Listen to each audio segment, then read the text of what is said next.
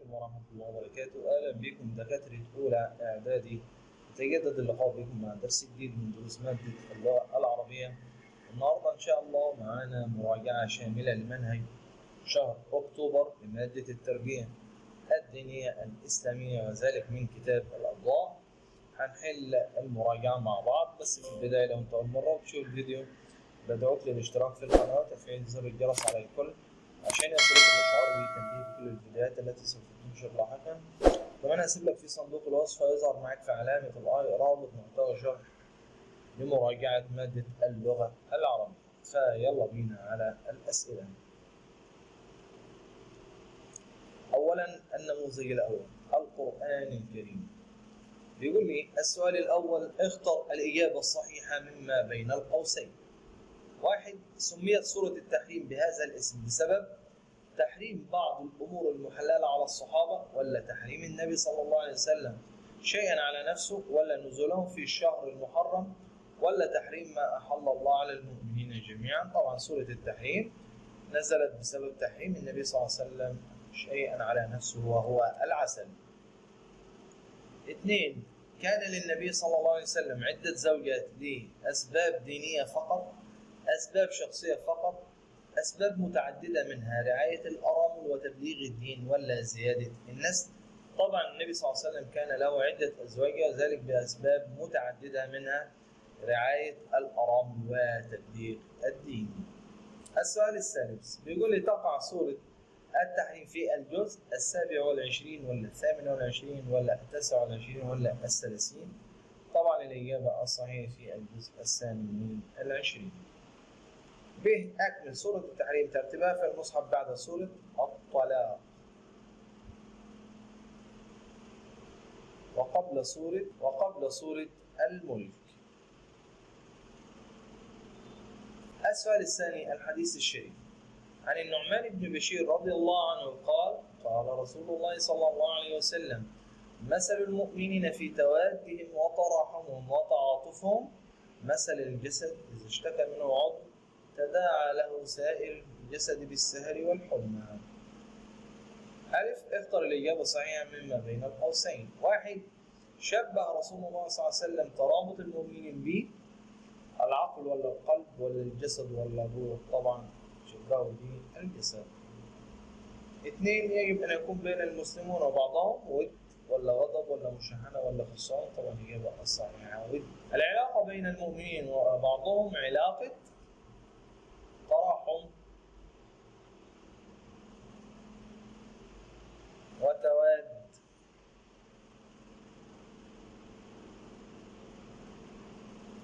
وتعاطف.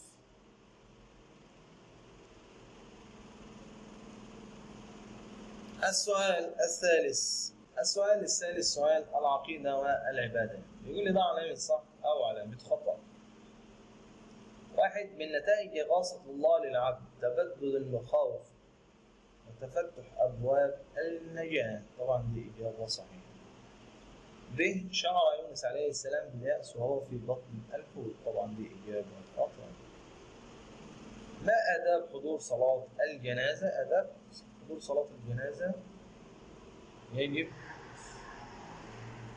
أن يتحلى المسلم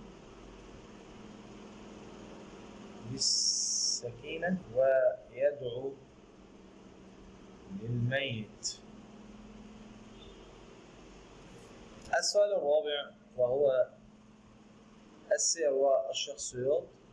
هنا بيقول لي ضع علامة صح أمام العبارة الصحيحة وعلامة خطأ أمام العبارة الخاطئة. اقتصر نزول الوحي على الأنبياء على سورة الرؤيا فقط. طبعا دي إجابة خاطئة. ب. أجب عما يلي: ما المحنة التي تعرض لها يوسف مع إخوته؟ طيب المحنة إن هم حقدوا عليه بسبب حب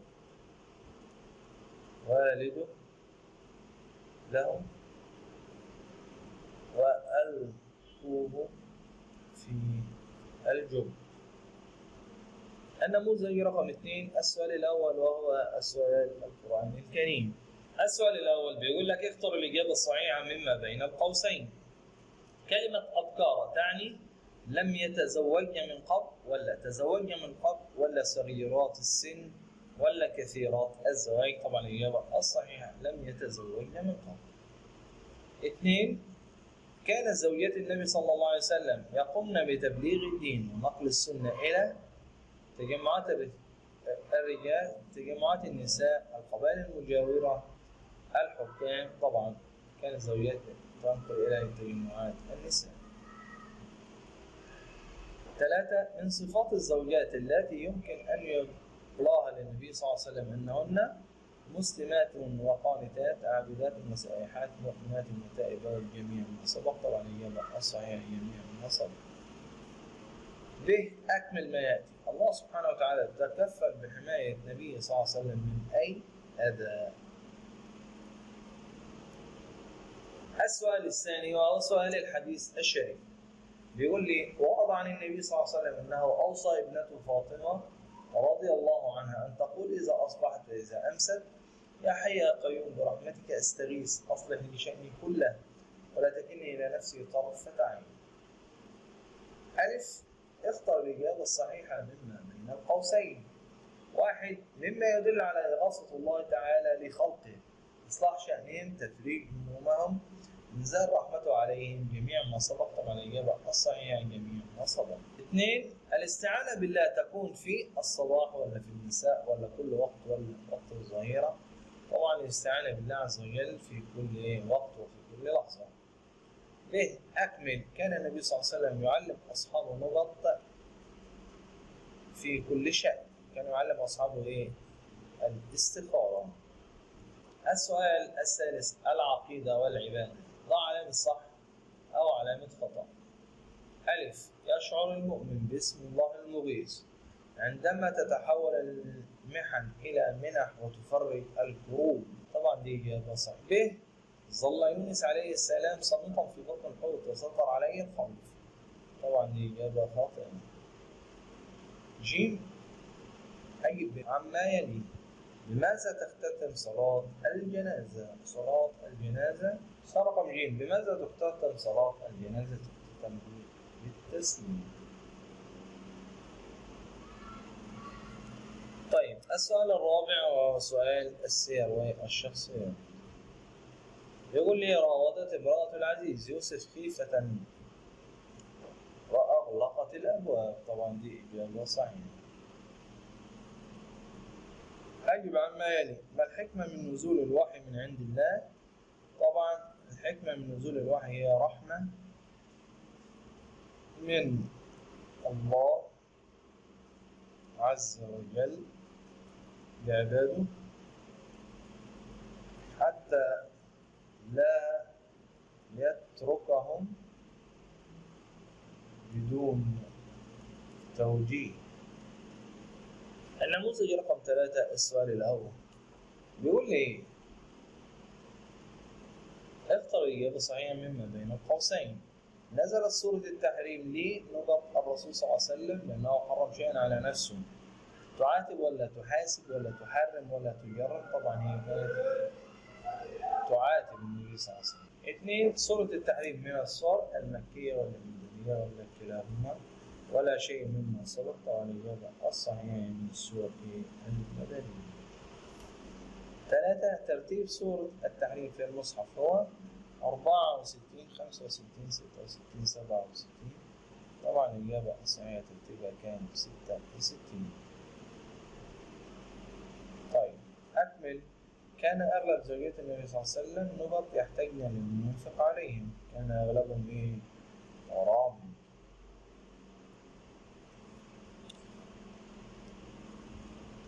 السؤال الثاني الحديث الشريف، قال رسول الله صلى الله عليه وسلم: من شهد الجنازة حتى يصلى عليها فله قيرة، ومن شهدها حتى تدفن فله قيرة.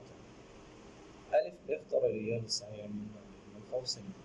1. وصف النبي صلى الله عليه وسلم القيرتين في حديث بينهم مثل البحرين العميقين النهرين الجاريين الجبلين العظيمين البيتين الكبيرين. طبعا الإجابة الصحيحة من الجبلين العظيمين. 2 اتباع الجنائز حتى يتم دفنها. واجب ولا مستحب ولا مكروه ولا محرم؟ طبعا مستحب. ب أكل الميت أعظم أجر في شهود الجنازة يتحقق لمن يتبعهم حتى تدفن. السؤال الثالث وهو سؤال العقيدة والعبادات ضع علامة صح أو علامة خطأ. من صفات المؤمن القرب من خالقه عز وجل في وقت الشدة فقط. طبعا دي إجابة خاطئة، إن الإنسان لابد أن يتقرب إلى الله عز وجل في وقت الشدة وفي وقت الرخاء. ب اسم الله المغيث وعلم المؤمنين التكافل فيما بينهم. طبعا دي إجابة صحيحة. رقم ج أجب عن ما نتيجة إغاثة الله للعبد. طبعا نتيجة إغاثة الله عز وجل للعبد تتبدد المخاوف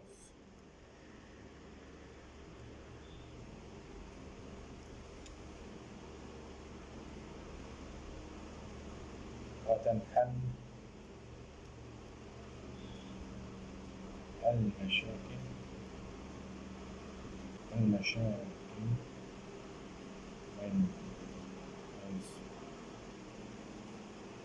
لا